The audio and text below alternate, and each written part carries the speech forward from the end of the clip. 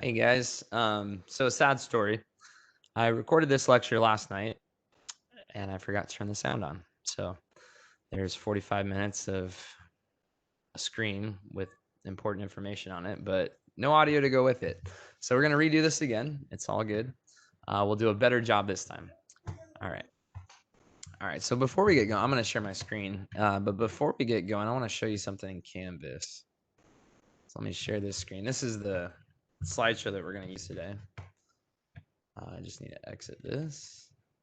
So I'm gonna show you something on Canvas. So let's go to home. And what I've done, and maybe you saw this or maybe you missed it, I just recently did this after I recorded the first 2 lecture videos. But I took the lecture videos, and if you don't like clicking on a link and putting a password in, you can go and view them on YouTube, and I have them embedded in here. You just click the link and it takes you to the YouTube video. Okay. So those are, that's like, also think about this, like if you are unable to, if the password's not working and it's late at night and you're like, oh my gosh, I only have like 2 hours to do this, you can always say, okay, you know what, I'll just default to the YouTube videos. So that's what I wanted to show you guys. So what we're going to be doing is we're going to be looking at the biology, genes, and natural selection. So we've got our note sheet handy, and we'll click our link that takes us to our slides. And then I'm just going to click the link on the top to open them up at the slide page itself on my Google Drive. Okay. All right, as soon as it loads up, we'll go ahead and get started.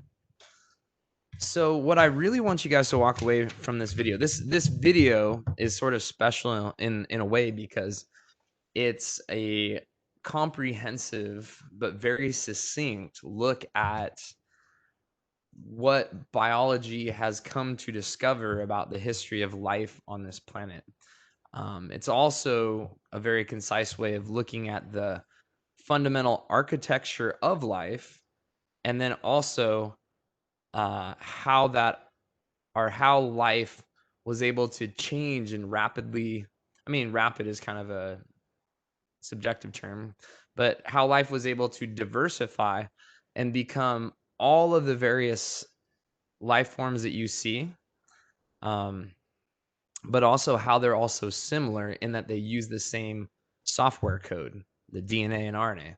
And so it's really going to be this short lesson, but it gives you the essentials, like the essential nuts and bolts of the function of biology and evolution. And so it's kind of a special little presentation. So you're not going to find this material exactly in the eStax book. It won't line up perfectly, but it's a good short intro into the kind of stuff that we're going to look at throughout the semester. Cool. All right. So what is biology? Biology is the study of life. We know that. And so what does that actually mean? Well, that means that we can look at how chemistry comes together, and chemistry is governed by physics and the laws of physics. And so we can look at the layers of life and the layers of complexity and how they're kind of like Russian dolls. And so the innermost layer would be your physics, and then the next one would be your chemistry, and how physics informs the chemistry, and then how the chemistry forms the microscopic processes of living things like enzyme reactions, DNA replication, DNA molecules themselves, proteins, carbohydrates, fats, and how all of these molecules come together in an organic way to create the fundamental units of life, like cells. And so we can look at how cells sustain themselves using chemistry, how they communicate with each other using chemistry. And then we can also look at another Russian doll out is we look at how cells that are a similar type, so like liver cells or kidney cells or cardiac cells, how they organize themselves into tissues, and how tissues are a set of cells that can be working together to perform a general function, and how tissues organize themselves into organs and organ systems, become and sustain the entire package or the entire organism. And that's if we're talking about multicellular organism, because single cells, they don't organize themselves into tissues.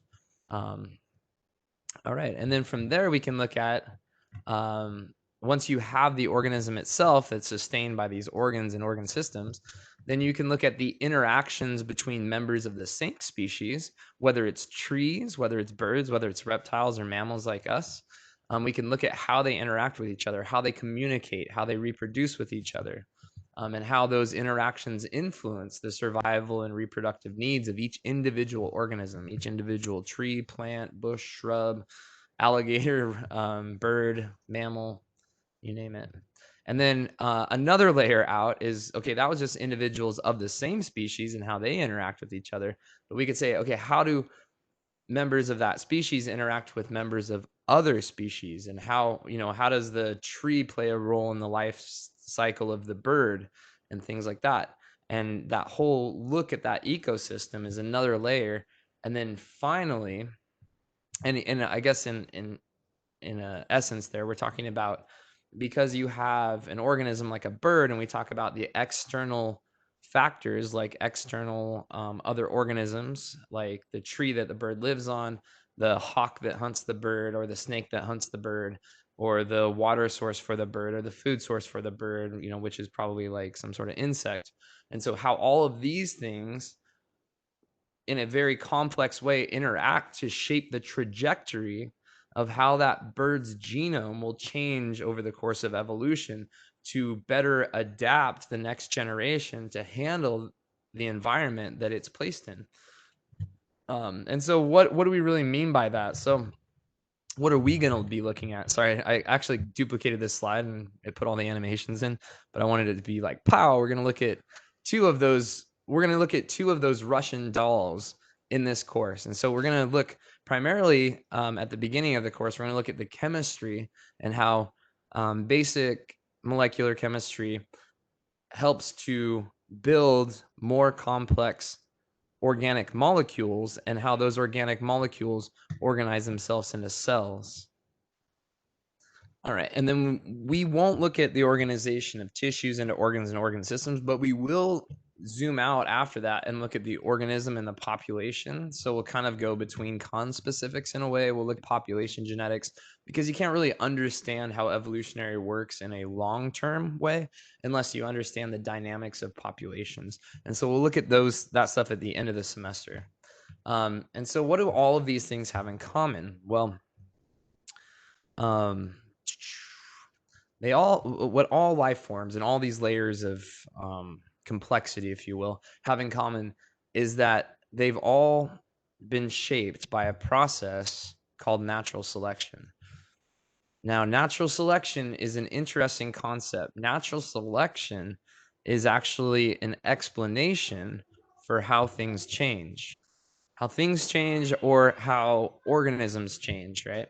So natural selection is the biological process that explains why organisms have slowly and incrementally over a long period of time gain complexity over countless generations. Why does life steadily improve generation to generation to generation? And natural selection provides a mechanism, an explanatory mechanism for why organisms would gradually improve, or what appears to be improvement or a gain of complexity over many, many, many, many generations.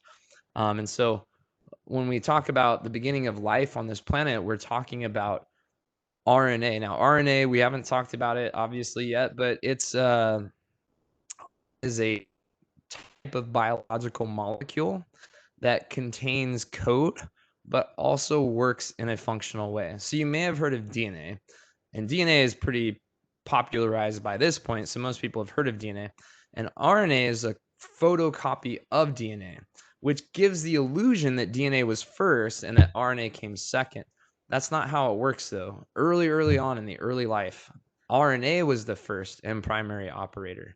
Now, RNA is a duplicate or a copy of DNA, but it has its own sort of, building blocks that it's made out of.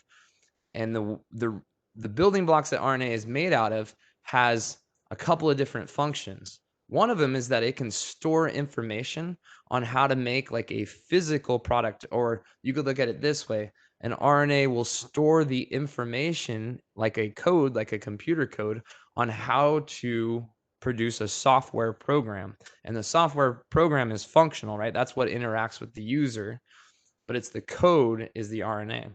And so when you have these self-replicating bits of code that were also one of the second parts of RNA's function is that RNA can actually engage, like the molecule itself can engage in the process of replication. And it can also engage in the process of building proteins or building the software. So it's kind of crazy. RNA has a couple of different things that it can do. It can help to store information on how to build a software program.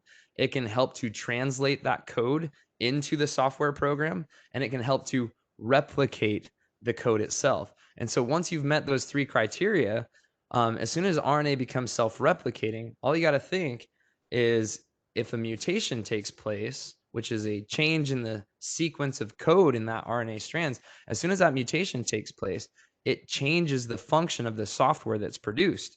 And if that change is more beneficial to the survival and replicative abilities of that RNA strand, well, then that RNA strand is going to copy itself better. It's going to survive better than other RNA copies that are like it.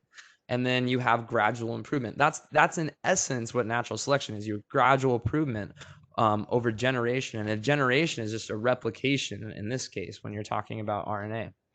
And so these RNA molecules almost 3.5 billion years ago started to self-replicate. And the mutations created variations between these molecules. And then you have competitive replication and the struggle to acquire resources like energy to continue your replicative function. And that led to increased complexity in the replicators themselves. Okay. And so, how did all that become this crazy abundance of life that we see today?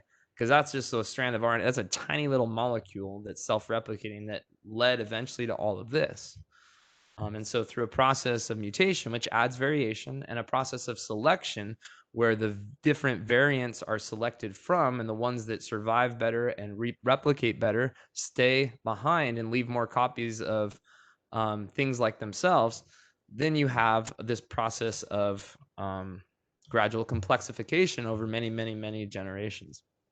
So variation, competitive replication, and then reduction of inferior types. And so the better the replicating vessel, so once you're making cells, once you're making multicellular things, once you can think about those as being the vessel of the replicators of the RNA, and the more offspring it leaves behind through that competitive replication, endowed with the same betterness of replicating abilities, then you have gradual complexification over many, many, many millions and billions of years. It's almost unfathomable how long this planet has been around. So I have a love-hate relationship with this guy. His name is Richard Dawkins, and he is a dick. It's Dick Dawkins. But no, really, he is kind of a jerk. But that doesn't, just because I don't like somebody doesn't mean that what they say isn't true. And so here they are in you and me, or they are in you and me. They created us, their body and mind, and their preservation is the ultimate rationale for our existence, meaning preserving them and replicating them. They've come a long way, those replicators. They go by the name of genes. Genes are the primary replicators. You know, he wrote a book called The Selfish Gene, and we are their survival machines. So he has a very like artistic way, colorful way of looking at it. But in the same way, it's almost like myopic, saying like, oh, a gene is selfish. But it also kind of helps you to understand if you think about genes being selfish and trying to acquire more resources. And when they do that, they have more energy to replicate themselves more. And so you have this idea of a selfish gene. He kind of takes that idea of evolution and puts that coloring on it. But he's kind of a jerk. Okay, so let's jump into the difference between phenotype and genotype, because these are important. Now, it seems like we're kind of switching gears here. We were just talking about genes, and the word up here that looks familiar is genotype. And that's what genotype is. We're talking about what sort of genes somebody has or what sort of alleles they carry. Now, we can look at the phenotype as the software product of the genotype. So I'm using this analogy where genotype or genes or alleles and things of that nature, stuff that is structurally DNA and RNA. That is the software code. So that's my analogy. And then the actual software program itself that is generated from the code that the user interfaces with, that's the phenotype. So that could be things like physical characteristics. That is the functional product of the genotype. So we're looking over here. A, a gene is a sequence of nucleotides that codes for a functional product.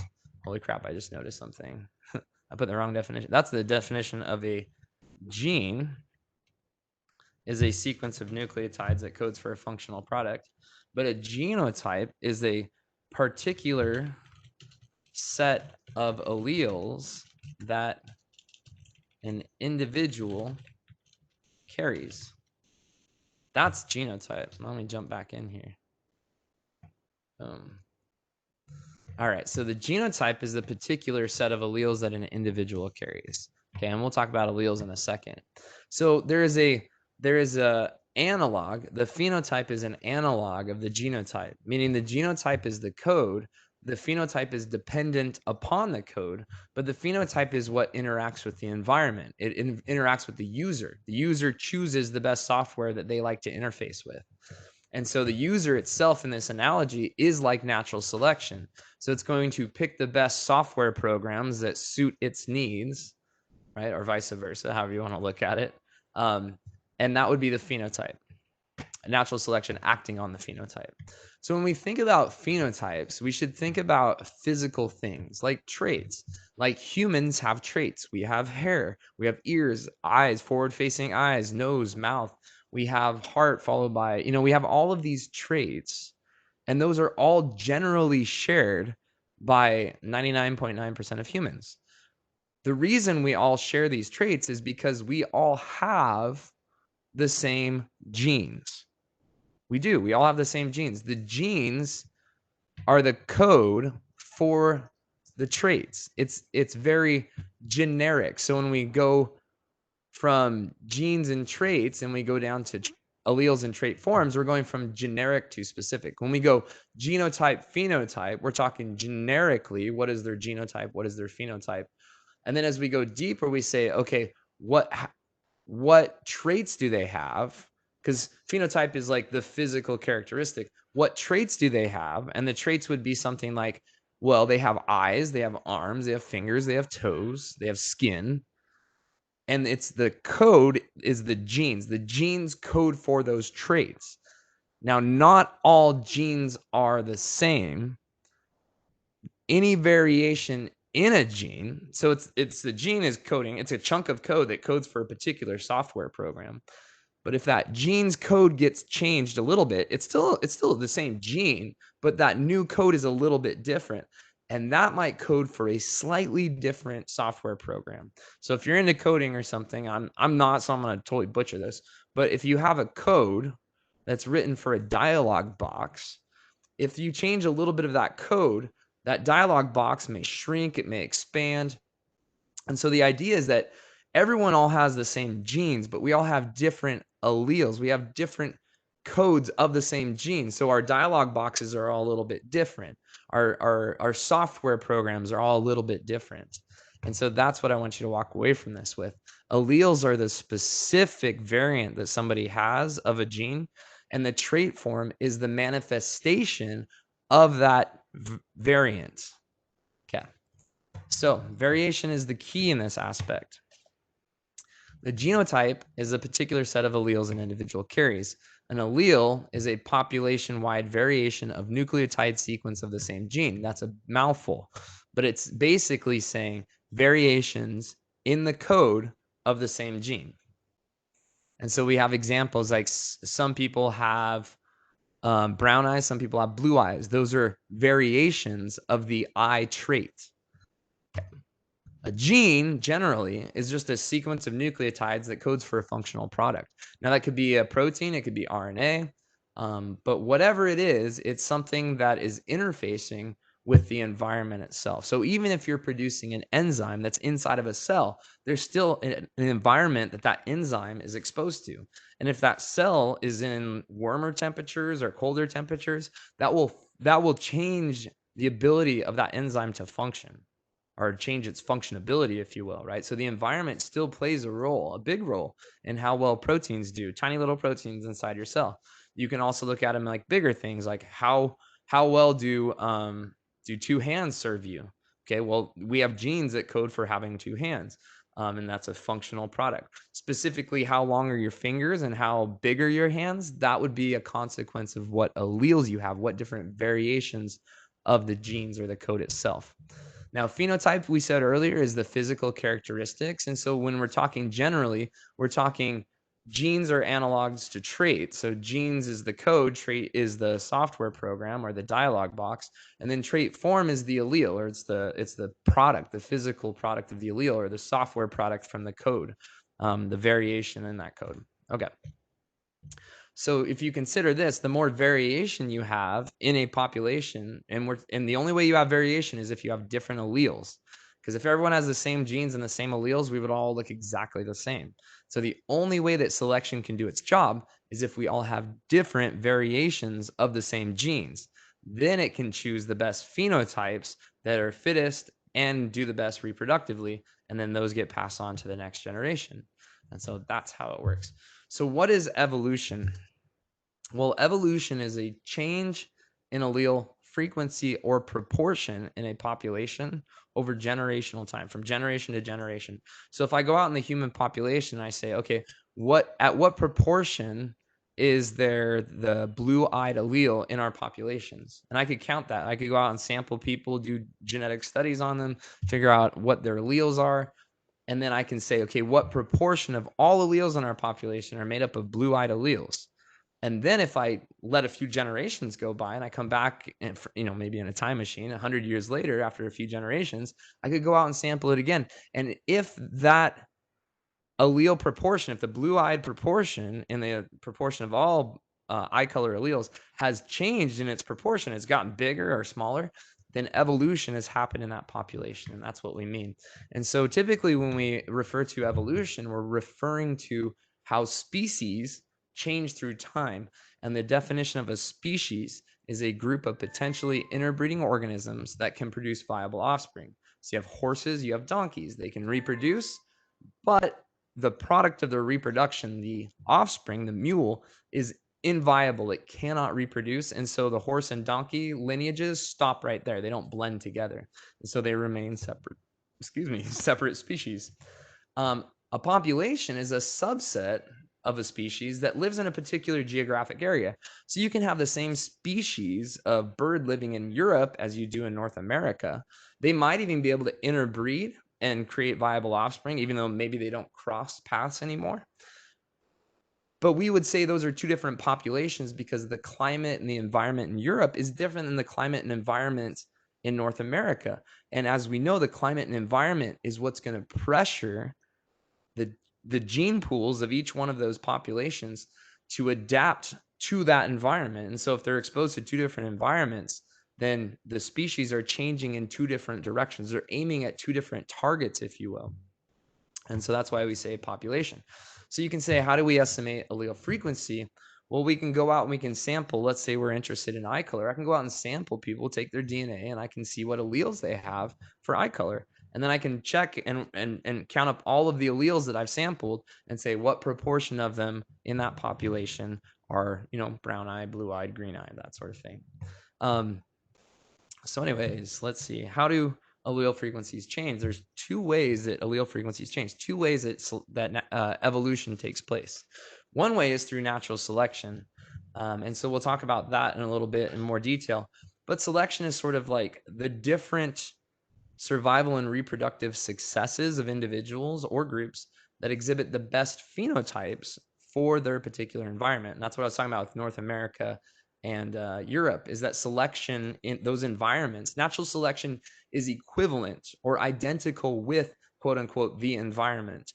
It's not like some like angel standing over animals with a sword whacking people down randomly. It's the environment, which it constitutes everything that an organism is exposed to, is going to challenge that organism in its survivability and in its ability to find a mate and reproduce. And so that is selection. It's the challenge of the phenotype to reproduce itself. And when it does that, it passes on certain genes and alleles. And then if it has a certain combination of alleles and genes that works out best, then it generally leaves behind more of those copies for the next generation. And then the allele frequencies gradually shift toward that particular phenotype that was best suited for that environment. Oh, I know it's a lot, right? It's super deep. And so, like we say, natural selection acts directly on the phenotype, and the environment is natural selection. And the interesting thing about that is that the environment is never stable. If it was, we would all assimilate into a certain phenotype that worked out, and we would have never evolved past like a freaking octopus. Okay. So now we're at the point where we have adapted to a changing environment through generations and millions of years to the point where we are today, where we have opposable thumbs, right? Where we have no facial hair except beards, which are weird. Uh, and, and hair. Hold on, I'm gonna get my kids to be quiet. All right. The other process, and it's not your note sheet, but we'll talk about it in Unit 4, that affects allele frequencies is this idea of genetic drift. Is that sometimes a meteor hits a population and takes out, a certain proportion of alleles. Maybe it takes out, or sometimes like a family of ducks like ends up dying or something, and so they all had shared the same alleles because they're a family.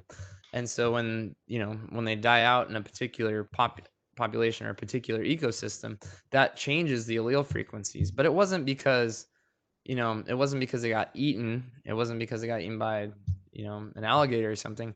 Maybe they just got cold or something and died, or maybe there was a random frost or something and that happened. Sometimes it also happens if you have founder effects. So you have a population of people, a bunch of different alleles, people, especially familial groups, share a lot of alleles. And if one of those familial groups picks up and leaves and goes somewhere, then they're carrying all their unique alleles with them. And so that changes the original population's allele frequencies. And then also when they start a new population, now that new population has an abundance or a bigger proportion of the alleles that they're starting it with, that they left with. Okay.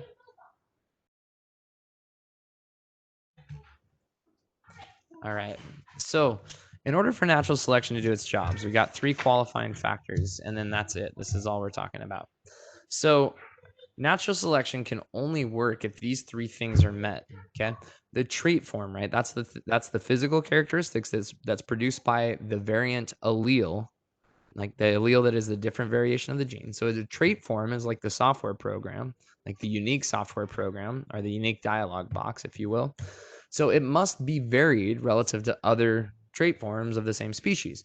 So if the dialog box created is all the same, well, then there's no way for the user to interface or to choose from those dialog boxes which one it prefers. You have to have variation in the trait form itself, and that comes from variation in the alleles themselves. Okay. The second part, like, moving your fingers. Okay.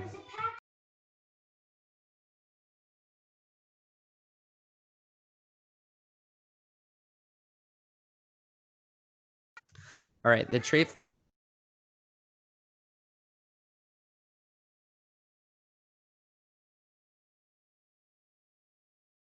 All right. The second component of selection is that the trait form so has to be able to be inherited. It has to be passed on in a replicated sense. Like it has to be passed on through the alleles, through the bloodline, through the germline to the next generation. Because if that trait form is working out and it's great and it helps that individual survive, but it's not coded for in the genes, it doesn't make it into the next generation. And so the next generation suffers because they don't receive that beneficial phenotype or that beneficial trait form in the next generation. So the alleles have to vary and the trait forms have to vary. The trait forms have to be heritable. You have to be able to pass them on from parent to offspring. And then finally, the trait form itself has to provide the person carrying it or the individual plant or animal, whatever, it has to provide that individual with the ability to out survive or out reproduce and leave behind more offspring that are also able to out survive and out reproduce other individuals with different trait forms.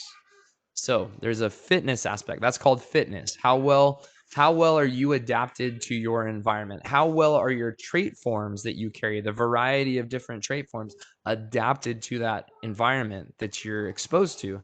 And if it's better than the other trait forms around you, chances are you're going to out survive them, out reproduce them, and leave behind more copies.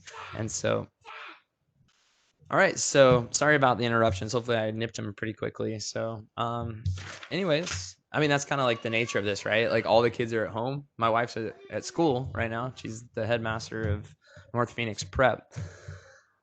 So I have the kids at home until school's open. So that's just the nature of the environment that we're in, the selective environment. Say we're doing pretty well.